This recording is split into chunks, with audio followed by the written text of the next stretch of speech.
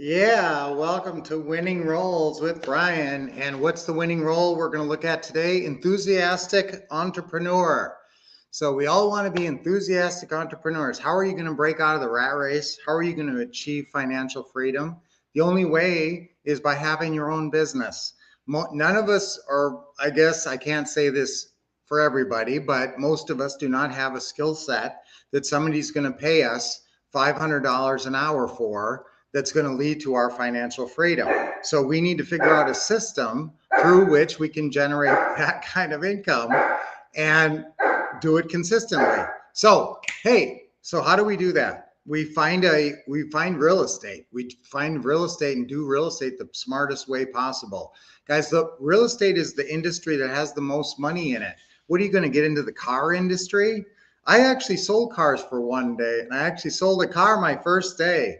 And guess what? When I saw how much I made and how much I had to work and what it was like, I said, this is not for me. Real estate is where it's at. It's the most expensive thing anybody buys. It's going to shed the most commissions and the most opportunities. When you buy, we have literally made over $500,000 from one purchase. And that's the only way you're going to do that is in real estate. So I want you to be an enthusiastic real estate entrepreneur. Actually, to define our terms, what's the role we want to play? Enthusiastic real estate entrepreneur is our goal. So when you play this role of enthusiastic real estate entrepreneur, how does it begin? It begins by setting up your business. So if you're an entrepreneur, you need a business entity, right? You need your business. So how do you form a business? Morning, Tony. So guys, I'm going to give you a really quick breakdown how it works in most states. And this will cover a lot of different things. Even you guys who are experienced might want to do a DBA. All right. So when you form you're going to have different LLCs for different things. You're going to have an operating LLC for your real estate investing business. I want that when you form it to have the words homes, properties, or real estate in the name. Okay. So one of our students wanted to name her business Capri International because she thought it sounded so cool. And I said, number one, you're not international. Number two, what the heck is that? What you want to make sure people can identify you instantly as a real estate business. So again, properties, homes, or real estate should be in the name of your LLC. It's okay with me if you put the word management in the name. So like Regal Real Estate Management or not. You could just have it be Pinnacle Properties or Heartland Homes. Those are all good feeling, and they feel like that may have been around a while. That's the feeling you want, a company that seems like could have been around a while. All right, and try to get the URL that plays into it too. If you can get the URL that's spelled out and it's not too long, that plays into my name choice on what my LLC is going to be. All right, so once you get your LLC, that sounds good. That's your operating LLC. How do you form it? Normally, you just go on the Corporate Commission website of your state, and there's a button there that says Form a Business. So click that button and put in your name, and it'll usually tell you right away that name is available or that name is not available. Excuse me. Sorry.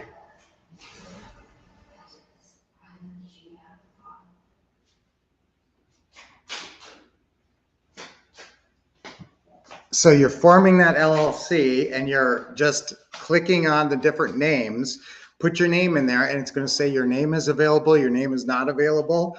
And if it's available, go ahead and get it. Put your credit card in there and you have an LLC. It's literally that easy. There's no background check, no credit check. It's very simple to get it. So when you get it, when you put your 50 or $100 in there or whatever it is, it's $50 and I can have one in 5 minutes in Arizona. It's going to cost you a little bit of time and money to get it. And then what you get is articles of organization. So download your articles of organization and print them off. And then you'll bring those to the bank. And then you got to go on irs.gov and get an EIN number. That's your employer identification number for your business. You can't open a business checking account without it. So get that. That's pretty quick and easy too. And then go down to the bank with your EIN number, your articles of organization, and your ID, and you can start your business checking account. Get the big checks in a check ledger, and don't let them start you at check 0001. Have them start you at check 1,050. Okay, that's what we recommend. It makes it seem like you've been in business a while. All right, so that's our recommendation. That's how easy it is to get your operating LLC going. But then when you're buying properties, to be an enthusiastic entrepreneur, you're going to be a sad entrepreneur if you buy a bunch of properties and then you get sued and you lose them. Okay, so I want you to not be obvious on public records. If people look you up on public records, I don't want them to see that you own a whole bunch of houses. So unless you live in a state where you have series LLCs. If you have series LLCs in your state, like when we buy properties in Detroit, we use series LLCs in Michigan. So that will have, your name will be on public record. So somebody could look you up and see that you own a property. But series LLCs executes this wonderful entity structuring asset protection strategy of one egg, one basket. Sounds real complicated, right? One egg, one basket. So every single house is in its own LLC. The beauty of series LLCs is you don't have to file tax returns for all of them, just for your parent LLC. So you can have a whole bunch of series LLCs under one parent LLC, and you only have to file taxes for the parent LLC. So that's how I want you to set up. If you have series LLCs in your state, you're going to be pretty ironclad. People may be able to see what you have, but now the other option is if you do not live in a state like that, you want to probably, and this is what I recommend to our students, this is not legal advice, I'm not a lawyer, but I recommend you get holding LLCs in New Mexico, not Wyoming, not Nevada, and not Delaware like people told you. Okay, it's actually New Mexico is the very best. They don't even have your name. They only have your registered agent's name. And I would probably use, there's one I've used before called Cindy's New Mexico LLCs. She used to call it Cindy Does New Mexico, and she's real nice and she will answer a lot of questions. But normally I use Northwest registered agents, and they will be your registered agents in a lot of states. You're supposed to have an address in the state if you have an LLC there, and that's why you need them to do this in New Mexico, but they're very cheap. This is a really cheap operation, and nobody knows what you have. Nobody knows how many houses or where they are, or anything about you, because this is totally anonymous. All right, so that's the thing I like about New Mexico. Now, once you get your business set up with your LLCs, then you're going to need, and your business checking account, you also need a phone, some way to work your phone. As an enthusiastic entrepreneur, you have to start thinking about, how am I taking phone calls? I don't mind you using your cell phone, but you should use a phone service where it's a different phone number or something. If you work with an acquisitionist, sometimes the easiest thing is to just get a separate phone that this is the business phone, and whoever's taking calls over the weekend or whatever can just have that phone with them. You do have to carry two phones sometimes, which is a little bit of a hassle. Or like I said, you can do phone services like CallRail, Vonage, one of those where you get a new phone number. And if you're working a distant market, and this is a very virtual, world, if you're in California and you're buying houses in Cleveland, it would be a good idea to get a Google number in Cleveland and use that phone number. So you can also get Google numbers anywhere, which is easy enough. And some people use answering services as well. So you got to do something to get your phones figured out. Okay, so you got your LLC set up, your phones are figured out, and then you got to start figuring out how you're going to get business going. But the amazing thing about the real estate is that you can, through outbound calling alone, generate a large amount of business just by calling FSBOs, landlords, and listing realtors. You can get a lot of stuff going without ever sending out a piece of marketing.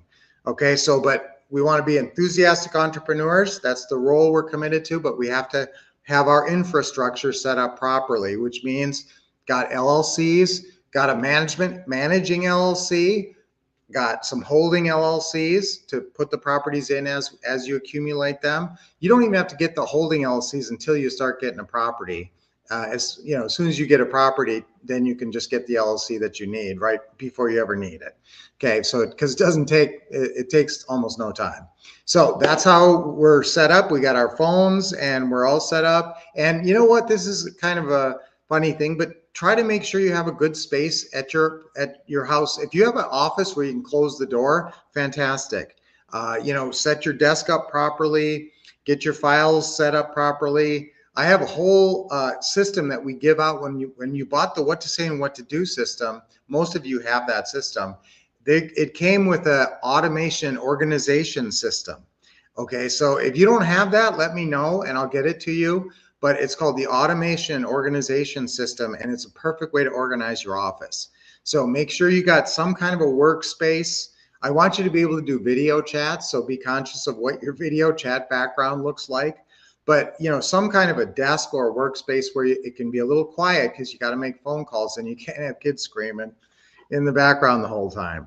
All right. So once you got that, then make up your schedule. And that's the last thing I'm going to talk about for being an enthusiastic entrepreneur, playing that role, because that's the key. When you switch over from employee to entrepreneur, there's no boss there saying, make sure you're at your desk at 8 a.m. or 9 a.m. or whatever. So time management is the biggest challenge of a fledgling entrepreneur. So if you're starting off and you want to be an enthusiastic entrepreneur and you want to be a successful entrepreneur, you had better do what? Have good, strong time management, which means make a schedule.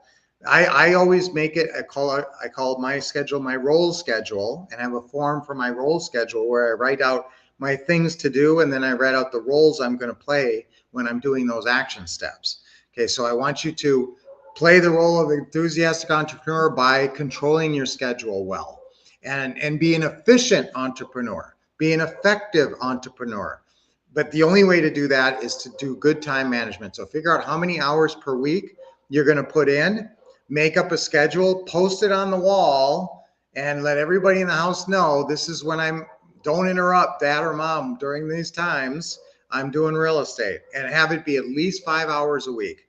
But you can have a lot of success if you just get on the phone for 1 hour. If I get on the phone for 1 hour, it's amazing how much stuff I can generate. So imagine 5 hours a week. Some of that is paperwork. Some of that is, doing different things. You're not on the phone all 5 hours. But if you're on the phone solid for a couple hours a week, 2 hours a week, the other 3 hours will just be doing paperwork and deal meetings to close deals. So again, at least 2 solid hours on the phone a week, talking to 20, at least having 20 people pick up for you. So you're actually physically talking to 20 people to advance your real estate business, mostly sellers probably, but other people too. All right, so that's our launch as an enthusiastic entrepreneur. What are your most important traits as an enthusiastic entrepreneur? I'm going to say a desire. You got to want it. You got to want success. You got to visualize it. Faith, you got to have faith you can be successful as an entrepreneur. I can be a successful entrepreneur. Remember, affirmations are a great way to bolster your faith. And the third thing is time discipline. But if you have enough desire and faith, you will stick to your schedule. But that third thing, time discipline, is just absolutely vital to being an effective entrepreneur. So today we talked about playing the winning role of enthusiastic, effective, winning entrepreneur. So I am an enthusiastic entrepreneur. That's kind of a mouthful, but let's go for it. Okay, that's our affirmation. 3 times on 3. Ready? 1, 2, 3. I'm an enthusiastic entrepreneur. I'm an enthusiastic entrepreneur. I'm an enthusiastic entrepreneur. Yeah. All right, 3 deep breaths. Nice deep breath in, hold it a little bit, and let it out. Okay, another one. Good, and hold it, and let it out. One more. Oh, that feels so good. You guys have made a lot of great comments. Good morning, Tony. Yes, and guys, it's sort of the beginning of the month. We always talk about Fresh Start Mondays. So we're gonna get at least 1 or 2 deals this month. Good morning, Isabel. Right? Happy Monday, Noel and Kathy. Will there be any issues with the bank if the rental is being financed? Let me think about what you're asking there. Who is that registered agent? It's Northwest Registered Agents. And you know what? They're in every state. So if you want to, the only reason you'd really use them, for me, is to have holding LLCs in another state. So they are great in New Mexico. It's called Northwest Registered Agents. But you know what? It would be worth a phone call to Cindy and just act like you're brand new and you don't know anything and say, Cindy, why would I set up an LLC in New Mexico? And just see if you really like her and pick her brain. And she's very nice. Okay, and do you have a referral link? No, I do not have a referral link for them guys. I missed that name too. Yes, Northwest Registered Agents, is it? Yeah. And the ultimate frontier, self and time management. Yes, time management, guys, that is one of the hardest nuts to crack. But the way to do it is post a schedule. Literally write out a schedule, exactly the 5 hours or 4 hours, whatever that you're absolutely committing to, and then post it and sign it. When you sign it, it's like you're making a commitment. So that, yes, that is one of the most challenging things. And I always talk about why are the 2 reasons people fail. Confusion, they get distracted by all these other bright, shiny objects out there. And number 1, confusion. Number 2, lack of time discipline. They just don't put in the time. You know, they kind of playing around, like doing a half hour or an hour a week and thinking that, you know, I'm going to have all the success. So again, 4 or 5 solid hours, 4 hours, 5 hours a week is going to be enough to be very successful. It's amazing how many people you can talk to in an hour when you make some focused calling sessions. Okay, so I'll be talking a lot more about our winning role for next time, but let's all be enthusiastic entrepreneurs and have great time discipline and do a great job and make a lot of money in our real estate investing businesses. All right, so until I see you guys on Friday, let's get some really good FSBOs going. And I love it when you guys have deals to talk to me about. Oh, there was a deal question there, wasn't there? Any issues with the bank if the rental? Okay, I'm not sure. That's kind of I'm not sure exactly what you're asking there. But if what you're asking is, I'm not sure what you're asking there.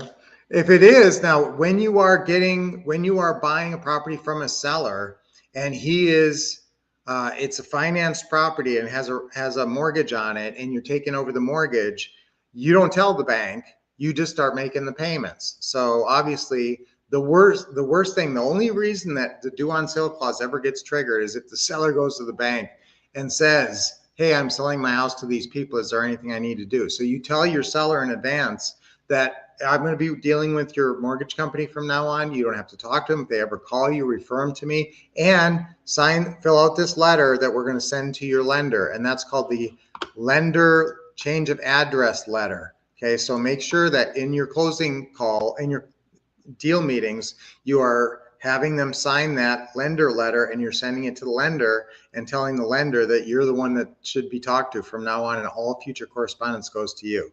Okay, I'm not sure if I didn't get that question exactly right. I gave you some good information anyway. Ask me again and clarify it next time. Okay, so guys, I will see you on Friday. Until then, keep expecting success, getting awesome training from the Wolf Couple, staying motivated, and taking action. See you on Friday.